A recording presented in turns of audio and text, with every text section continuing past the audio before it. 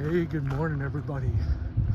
So I'm out doing my morning walk. If I sound a little out of breath, you know, it's because I'm out doing my morning walk.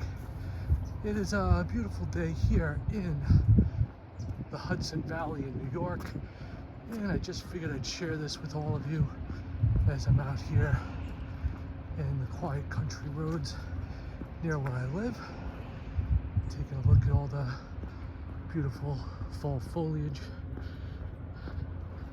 and getting my exercise in.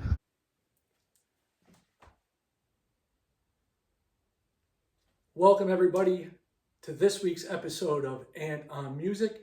I thought I'd do something different for you this week. Instead of showing you what I've picked up new or some classic stuff in my collection, I figure I'd produce a how-to video.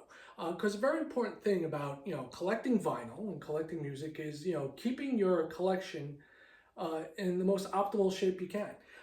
If you're like me, it's like I get records from several different sources. I grab them from Amazon, like everybody else in the universe, buy stuff on Amazon. I like to take care of the local independent record stores that I go to. There's about 4 of them at this point that I go to on on a semi-regular basis, and always go to one of them for record store days and things like that. And then there's record shows and flea markets and things like that. And there's nothing more satisfying than when you drop that needle on the record and you get a nice clean play. Usually happens when you have a fresh piece of vinyl, and there's even a way to take care of brand new vinyl as well that gives you the best sounding music that you can get from your system. So I'm going to show you not one, not two, but three different ways to take care of your vinyl, basically from new stuff to stuff that you just might need just a little bit of cleaning, and then stuff that you pick up and you go, oh my God, where was this housed? It's filthy. You don't realize sometimes that it's in that bad a shape. So this is for the major stuff, all right? This is the big deal. We're going to show this last, and right now we're going to go into my listening room, and I'm going to show you, these little kits. This one I bought from online from Big Fudge, and it's a great little kit. It's how to do a very easy surface cleaning of your record, and carbon brush. This is a great way to get rid of static, and a Mr. Clean Magic Eraser. All right, and all these I use when I'm getting ready to listen to something new. So how about we get out of this room for a minute and go into the listening room, and we'll see what's waiting for us in there. This may seem somewhat familiar to you for those that come to my channel every week. This is my listening room. It's from another angle, but if you watch the earlier videos, you'll recognize that that piece of artwork behind me. And here's my setup. It's not all my stuff, but it is my current setup that I have in my listening room. I'm primarily listening to vinyl and sometimes CD, and I'm going to show you what I do when I get a new album. All right. So first thing I do, after cracking the seal on it and getting it free. All right. So a week or so back, you may have noticed that I did an episode and talked about this one, STP. Definitely one of my favorite albums in their catalog. And, so we're going to take it out. What you want to try and do is you do not want to touch anything but the edges and the label. You don't want to get smudges or fingerprints on the record itself, especially when it's something that's as cool as this. What happens is the oils and sweat in your body, they work their way into the groove. Sometimes you'll get smudges, you'll get fingerprints. Other times when you get records, sometimes they're sealed so tight that when you have them, what happens is, it gets a lot of static electricity on it. So the first thing I do, when I take it out, I'll put it on my turntable here. All right. We'll turn on the amp. We'll turn on the turntable.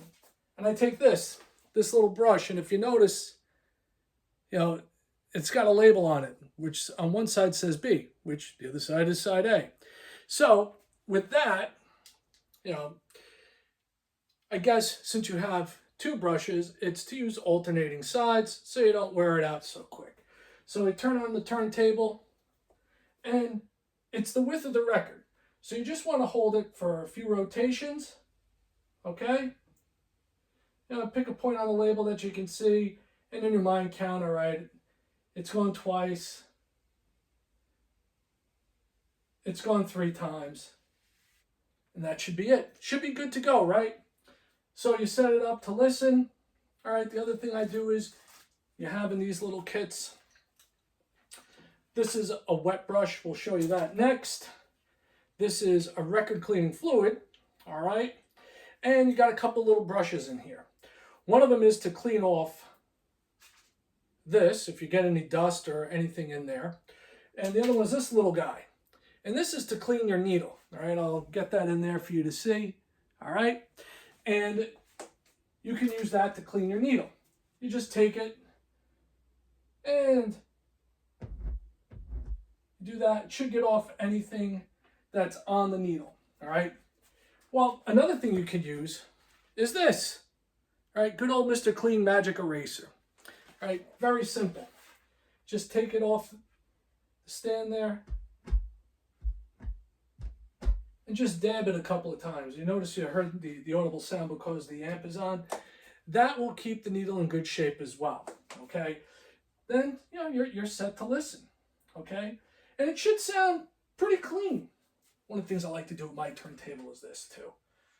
Since I have a clear turntable platter, I added this little light underneath. It does all sorts of stuff. It's just for my enjoyment. And nice and clean. No surface noise. Perfect. As it should be. We'll just wait for it to kick in. That's how quiet it is. It's that quiet. A little bit of STP for you, right? So, that's the first way to clean your record. Now you know how to use the carbon brush to clean off any static, and 2 ways to clean the needle cartridge. Now, what if you get a record, okay, and it's got a little bit of surface noise, it's not horrific. What do you do then? Well, that's when you go to cleaning method number 2. And that's this guy. You never want to spray this stuff right on the surface of the record. You're not looking to drown it, okay? What you want to do is, first thing you want to do is clean off this brush. You want to clean it before and after. And by the way, whenever you get a new record, I suggest each and every time you get it, the new record or any record, always use the carbon brush, and then, flip it over, use the other side of the carbon brush, flip it around. It'll get the static off the record, or it should, okay? Then, let's say you have a record that needs a little more attention. It's got some noise on it, and you want to clean it up. What you do then is, you spray the brush lightly. Like I said, you don't want to drown the record. The idea is to just get whatever might be on there. And this is going to show up clean because it's a new record. And you just want to hold it lightly, as such. And the same method that you did the last time, by allowing the brush, to come in contact with the surface of the record, for a few revolutions. And I always go off to the side. And if you notice, there's nothing there. But if there was, you would see it there. All right, you would see it on the edge of the brush right there. These kits are very affordable. You find them online, Amazon, places like that. I've used Big Fudge for years. I enjoy their stuff. It works well. All right, and that's basically it for taking care of new vinyl, a vinyl you've had for a while. Like I said, everyday cleaning, carbon brush, both sides as you listen to it. If you get a little noise, bigger brush, record cleaning solution, good to go. All right, so that covers that. Now, what happens if you're a real crate digger like I am, and you go to these record riots, or you go to a flea market, or you go to a used record store. Some used record stores do a great job of keeping their stuff in great shape. Others, not so much. So that's when you have to break out the big cleaner back in the other room. So let's go back over there. So a couple of weeks back, I did an episode on the Faces, and it got me in the mood for, you know, some Rod Stewart stuff as well. And, you know, these records I've gotten, you know, most of them used. I inherited a couple of them from one of my college roommates, my roommate Dave. Thanks so much for Blondes Have More Fun. And the rest of them I kind of picked up here and there along the way, okay? A couple of them are, you know, OG copies, you know, from back in the early 70s. Some of them are newer. But not all of them are in the best of shape. So how do you take care of older records, some that might not be in the cleanest of shape? That's where this bad boy comes in, okay? This is an ultrasonic cleaner, and what this will do, it will, you know, heat the water that I put into it as well as the cleaning solution, and it'll agitate the water to get, you know, very tiny bubbles in the wash. Get tiny bubbles in there to agitate any sort of dirt that may have collected within the grooves. And like I said, that's where you don't want dirt. You don't want dirt anywhere on the surface of the record. It gets in the grooves and then, you know, it becomes, you know, a skip. It becomes a pop. It becomes a crackle.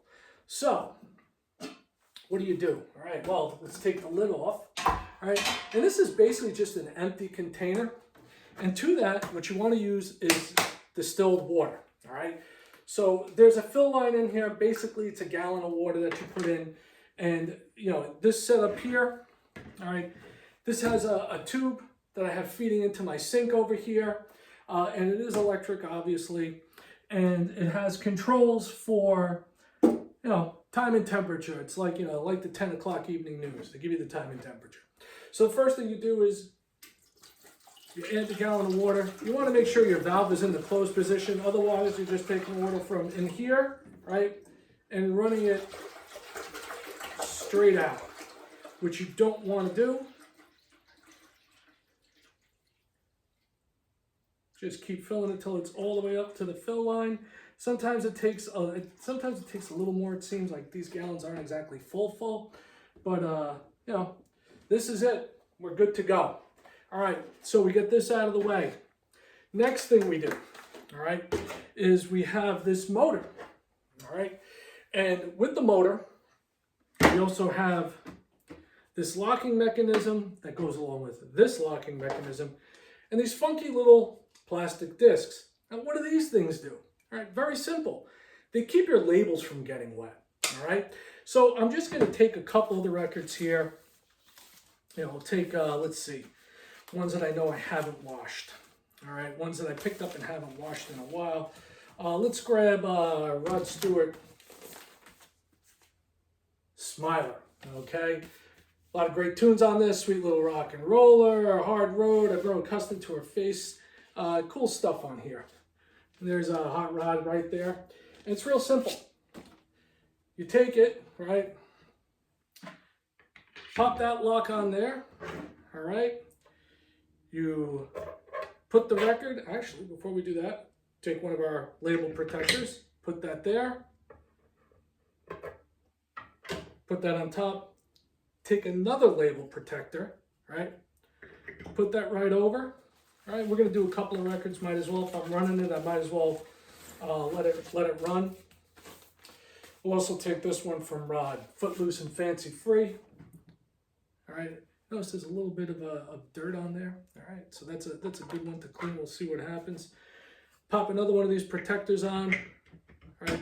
Best thing is you can clean up to like 4 or 5 records at once using this machine, which is pretty neat. And why not? Let's go for one more Rod. Let's do A Night on the Town as well. Okay, so there we go. Pop that on. And then you secure it with that. Take the lock.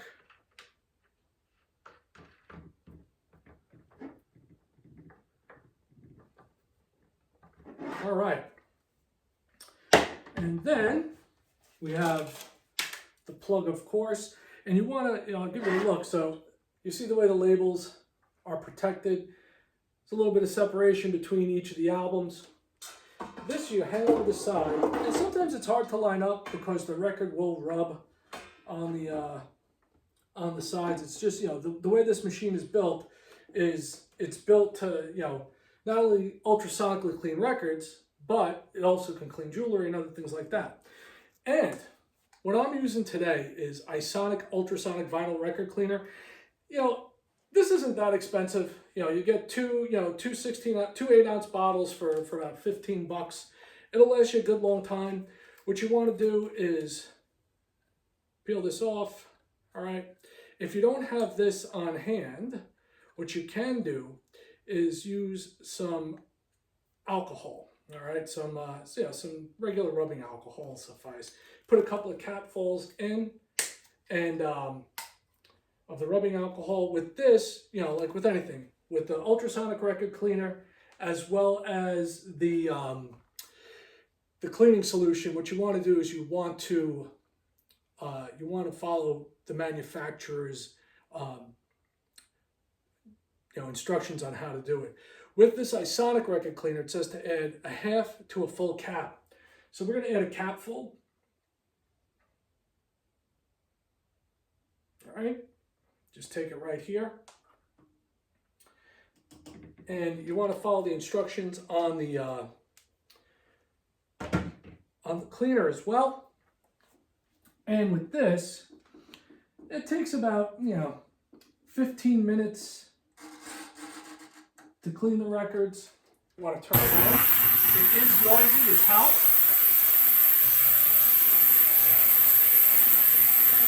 You can put it in for about 20, 25, actually we've got to put it up to, this is degrees, about 40 degrees, it's Celsius. So what it's doing is, it's heating the solution,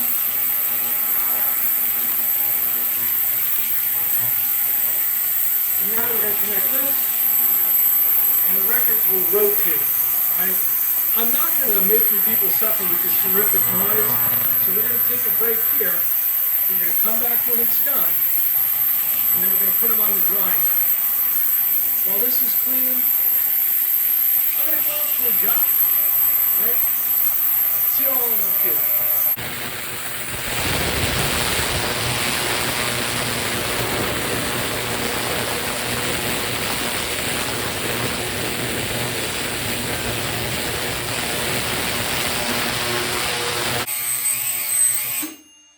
Dinner's ready.